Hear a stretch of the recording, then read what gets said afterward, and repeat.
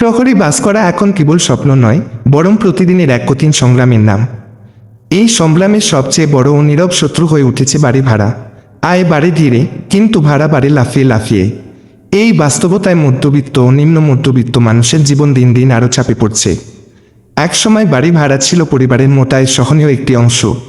এখন অনেক ক্ষেত্রেই দেখা যায় আয়ের অর্ধেক বা তারও বেশি চলে যাচ্ছে শুধু মাথার ওপর ছাদের জন্য।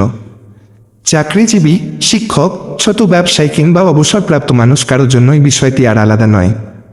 মাসিক শুরুতেই ভাড়া দেওয়ার চিন্তা মানুষের মনে এক ধরনের অস্থিরতা তৈরি করে, যা মানসিক স্বাস্থ্যের ওপরও প্রভাব ফেলছে।